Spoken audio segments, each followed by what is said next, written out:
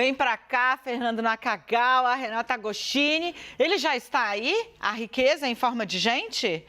Yes, coloca junto, então, aqui para subir o PIB deste telão de milhões nessa sexta-feira de audiência excelente. Feriado para nós não existe. O Brasil quer saber e o Brasil está aqui. O Audi começa a entrar em desespero, que eu já chego assim, fazendo bobagem. Eu vou falar muito sério com o senhor hoje, Audi Cunha, especialista da CNN. Audi, irredutível. É o que está aparecendo o Roberto Campos Neto, né? E apesar do movimento da política e do empresariado pela queda do juro ter se tornado quase que monolítico, né? Uma vez que você tem o governo, o Congresso, o PIB, muita gente grande defendendo e o BC não tira o pé. Segue sendo uma posição tecnicamente defensável sem qualquer aresta, Audi, ou essa atitude começa a espantar um pouco a quem está acompanhando os indicadores e não vê um gesto de confiança ou mesmo de crença no que está sendo mostrado até agora? Boa tarde, Dani, quem nos assiste. Dani, a minha opinião aqui certamente não vai ser muito popular, né? Eu acho que o Banco Central e o presidente Roberto Campos Neto estão com uma posição tecnicamente correta. Tá? Tecnicamente correta não significa dizer, evidentemente, que todos querem que a taxa de juros possa começar a cair. E ela está muito alta, sim. Eu também quero que ela caia. Mas o fato é que ela só pode começar a cair de maneira consistente com dados de inflação, não só os dados observados, mas com uma expectativa de inflação para frente que também caia. Por quê? Porque se isso não ocorrer, você baixa a taxa de juros hoje e lá na frente precisa subir de novo. Se você baixar hoje sem a inflação cair, o que é que acontece? É que a taxa de curto prazo, que é a Selic, cai, mas a taxa de juros de longo prazo, de 3 anos, 5 anos, 10 anos, 15 anos, não cai. E é essa taxa que é a referencial para as empresas tomarem e fazerem investimentos de longo prazo. Nós tivemos outros exemplos no mundo, né? Na Argentina, na Turquia. Na Argentina, a meta de inflação era 10%. Lá em 2017, resolveram subir para 15%, para dar essa folga para o Banco Central. Quanto é que é a inflação na Argentina hoje? 103% ao ano. Na Turquia, quando o Erdogan começou a pressionar o Banco Central, porque queria que o Banco Central reduzisse mais a taxa de juros, em 2019, né? 2019 e 2020, a lira turca tinha o mesmo valor do real. Era algo como 5,50. A lira turca hoje desvalorizou para 20, né? 20 liras para $1. Então, assim, eu entendo, acho que os setores econômicos, o setor político tem legitimidade, evidentemente, para fazer essa pressão, mas eu acho que o Banco Central está, sim, no seu papel técnico, na minha opinião. Fernando Nakagawa, dou-lhe duas, então, agora. Tecnicamente, eu concordo com a Audi, assim, os números ainda não abrem a avenida para o corte de juros para a tesoura do Banco Central começar a agir. Mas eu chamaria atenção na participação de Roberto Campos Neto nesse evento, porque a comunicação do Banco Central começa a ser, em momentos como esse, né, em que você espera uma mudança de tendência, de rumo da política monetária, frase por frase, palavra por palavra, são observados pelo mercado financeiro com lupa, mesmo num dia como hoje de feriado. E o discurso de Roberto Campos Neto, em termos econômicos, ele mantém ali a coesão de dizer, olha, não temos condições, ainda que recentemente ele tenha flexibilizado um pouco a percepção sobre o cenário, olhando para frente diante da nova proposta de regra fiscal. Mas é interessante observar que, por exemplo, quando ele diz que a economia não gira em torno da taxa Selic, a Audi mencionou, muitas das decisões, das taxas, usam como referência a curva de juros futuros. Mas a taxa Selic, antes disso, é a grande referência da economia brasileira. É o principal preço da economia brasileira, porque é o preço do dinheiro, é o custo do dinheiro. Então, você não pode ignorar este fato de maneira... Ele disse isso como se, olha, tem tanto problema na economia brasileira, não apenas a taxa Selic. Então, a comunicação do Banco Central, ela passa a ser muito importante. Eu acho que o Roberto Campos Neto, quanto mais... Em uma situação como essa, quanto mais fala, mais vitrine é para os críticos. E tem um outro trecho da fala que foi muito interessante, quando ele, de uma maneira muito didática, elogia o novo marco fiscal, a proposta, porque ele diz que é injusto você pedir cortes estruturais nos gastos. E ele diz que o teto do gasto que vigora até agora, mas foi descumprido várias vezes, ele estava lá paradinho, mas as despesas obrigatórias aumentavam o patamar do chão. E aí o espaço para você, de fato, ter o manejo do orçamento ia diminuindo a cada dia. Foi a maneira que ele usou, bastante didática, para elogiar a proposta de Fernando Haddad. Então, o que eu percebo, Dani, Aode e Renata, é que Roberto Campos Neto está num momento muito delicado do ponto de vista da comunicação, porque, em termos técnicos, ele está lá, coeso com o que sempre falou, sempre defendeu o Banco Central, mas ele tenta, ao mesmo tempo, à sua maneira, acenar ao reconhecer que, olha, está mudando, mas em termos numéricos, as projeções ainda não mudaram. Então, por isso, eu não posso fazer nada. Aode, quer fazer tréplica? Eu queria comentar, assim, sempre boa assim, e ponderada o comentário do Naka. Eu acho que é o seguinte, é verdade, o Roberto está num momento difícil, é justamente para esses momentos que você cria a chamada autonomia do Banco Central, né? Eu acho que a explicação dele sobre a taxa de juros, né, talvez assim, ele não tenha tido tempo de explicar o suficiente. O que se diz é o seguinte, a taxa de juros por si só, ela não, no curto prazo, ela não explica o crescimento, né? Tanto é verdade que o Brasil teve taxa de juros de 2%, taxa de juros real negativa durante os últimos 3 anos, em 2019, antes da pandemia, 17, 18, 19, 20, depois, e um crescimento baixo, né? A gente cresce menos por outras razões, porque a qualidade da educação é ruim, nosso sistema tributário precisa mudar, o país é muito fechado, tem uma série de razões. E esse tema da taxa de juros, ele realmente é um tema que hoje é sensível, eu diria, principalmente pela questão do endividamento das empresas, do endividamento das famílias, né? Mais até nesses aspectos, eu diria, sobre um motor novo de crescimento econômico. Mas é uma discussão que nós vamos ter e, sem dúvida, a pressão vai aumentar sobre o Banco Central nos próximos meses. Renata. Como vocês debateram bastante a fundo a fala de Campos Neto, eu vou jogar aqui atenção para a fala de Rodrigo Pacheco, trazer um pouco da política.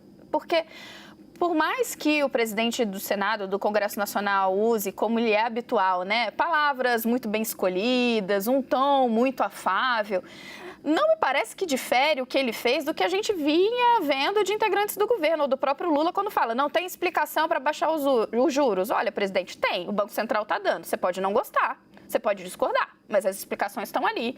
E quando o Campos Neto fala, olha, a gente tem decisões que são baseadas em dados técnicos, né? Não sai da cabeça simplesmente dos diretores do Banco Central, né? Tem toda uma equipe por baixo, tem apresentação de números, de conjunturas. E aí, o Rodrigo Pacheco se saiu com essa.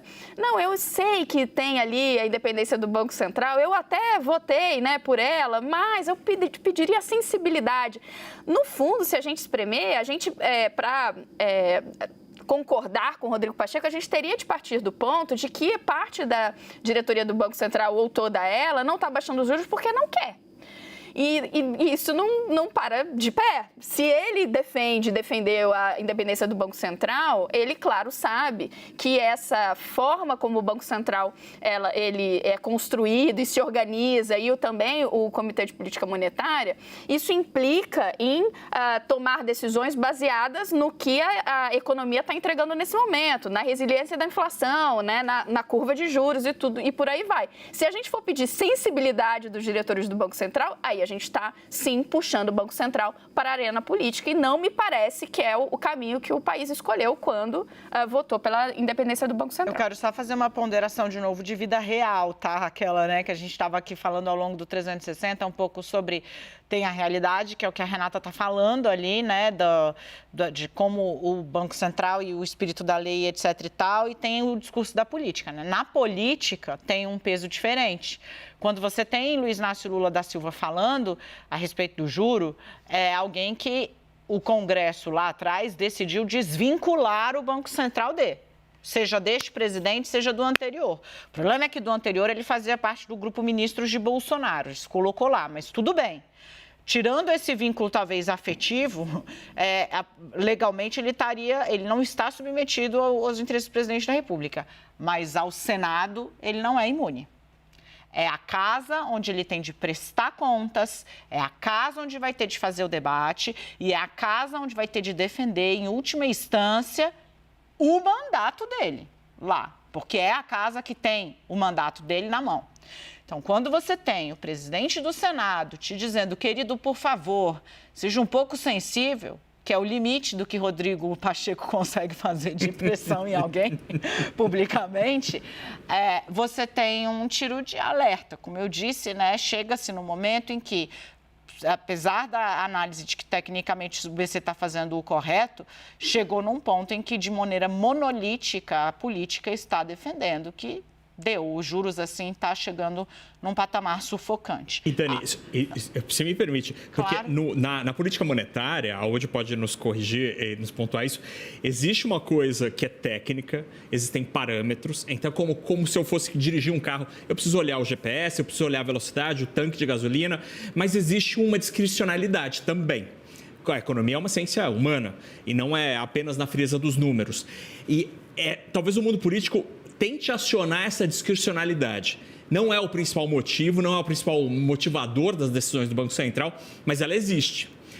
Então, talvez peça, tipo, o Pacheco tenta resgatar essa sensibilidade, essa discricionalidade do Banco Central, mas é difícil. Aonde? Eu queria lembrar como é que é a lei de independência do Banco Central e como é que é o atual mandato do Banco Central. O Banco Central hoje ele tem um mandato que é conhecido de todos, que é atingir a meta de inflação. Toda vez que a inflação... O que você quer saber? Já abri ela aqui. O que você quer? O que você quer? Então, toda vez que aumenta, a inflação é maior do que a meta, o Banco Central ele tem que trazer ela para a meta. O que o Senado pode fazer, o Congresso, é chamar o presidente do Banco Central para dar explicações por que a meta não está sendo atingida. Mas não tem nenhum lugar que se diga que o Banco Central tem que ser chamado para o Congresso porque a taxa de juros não está sendo reduzida. A taxa de juros é o instrumento que o Banco Central tem para trazer para a meta. Então, poderia sim, até com argumento político, ser chamado o presidente do Banco Central para explicar por que não está conseguindo entregar a meta. Então, assim, eu acho que essa é uma discussão e a minha percepção, posso estar errado, evidentemente, é que eu não estou vendo espaço para o Banco Central reduzir taxa de juros antes do segundo semestre. E, evidentemente, isso nos próximos meses, maio, junho, vai subir a pressão. E esta pressão sobre o Roberto Campos Neto vai aumentar. Então, vai ser um debate bastante acalorado nos próximos meses. Por exemplo, a exoneração, Aode, quais são as possibilidades em que essa lei prevê a exoneração? Ela ocorrerá somente a pedido, por doença, que incapacite, né, o ocupante do cargo. Graças a Deus não é o caso de Campos Neto. Condenação definitiva por ato de improbidade administrativa, também não temos nada disso, nem de longe perto dele. Ou crime, que implica a proibição de exercer cargo público, fora também. Ou quando o indicado apresentar, abre aspas, comprovado e recorrente desempenho insuficiente, fecha aspas.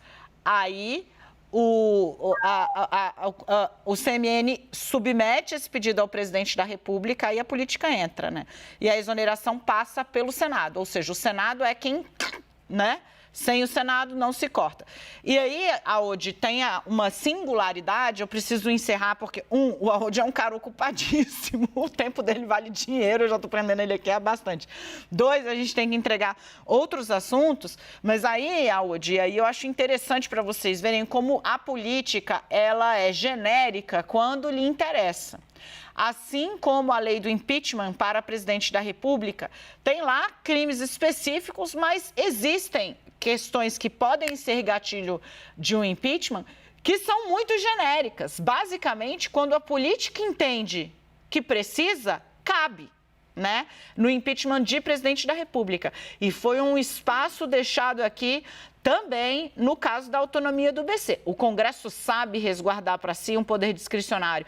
Quando ele coloca comprovado e recorrente desempenho insuficiente, eu posso citar ele não ter ficado dentro da meta da inflação durante todo o seu mandato? Isso é comprovado desempenho insuficiente, porque o trabalho dele é fazer a inflação ficar na meta. E ele não fez a inflação ficar na meta em nenhum ano, desde que ele assumiu o seu mandato. Isso é o motivo?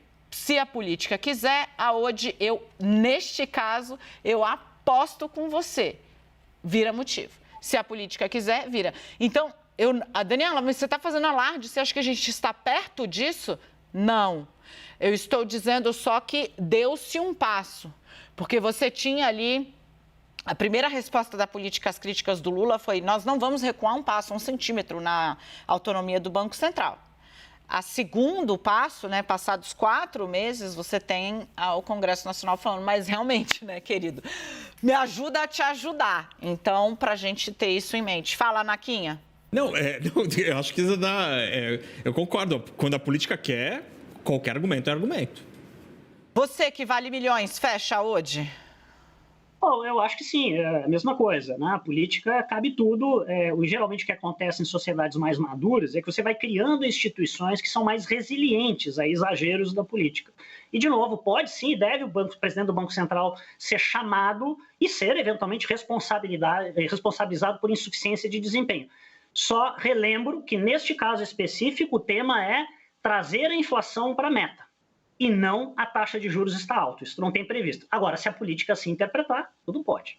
Renata, porque ela está muito marimar hoje, eu não poderia deixar ela sem passar nessa rodada. Eu acho que se o papo é sensibilidade, eu queria ver como seria se o presidente do Banco Central pedisse uma sensibilidade do governo para controlar um pouquinho mais as contas públicas e dar uma força nele, porque aí ele empurra os juros mais rapidamente para baixo. Nossa, ótima observação. Cada um com a sensibilidade que enxerga, né? Tem sensibilidade para todo mundo, depende do óculos que você põe. A bateria do computador até acabou, ele se recusa a participar dessa discussão.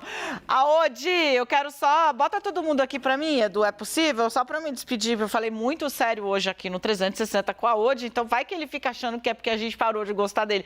Você tá feliz, querido, porque voltou a comprar as brusinhas e a Shein vai bancar agora o imposto, segundo ela anunciou ontem pro Haddad? O Aode é um dos maiores recebedores de pacotes da Shein, da Shopee do Brasil.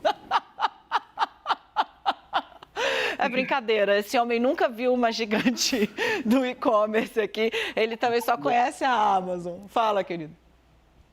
Eu acho que é aí é um caso clássico de recuo pela política, né?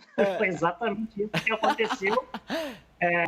E, de novo, eu defendo que se tenha regras tributárias iguais para quem produz no Brasil, seja estrangeiro, seja daqui, mas foi um caso clássico onde a pressão política falou mais alto. Gente, Aode Cunha, muito obrigada, bom feriado para você, querido, bom descanso, até a próxima, tchau. Obrigado, tchau.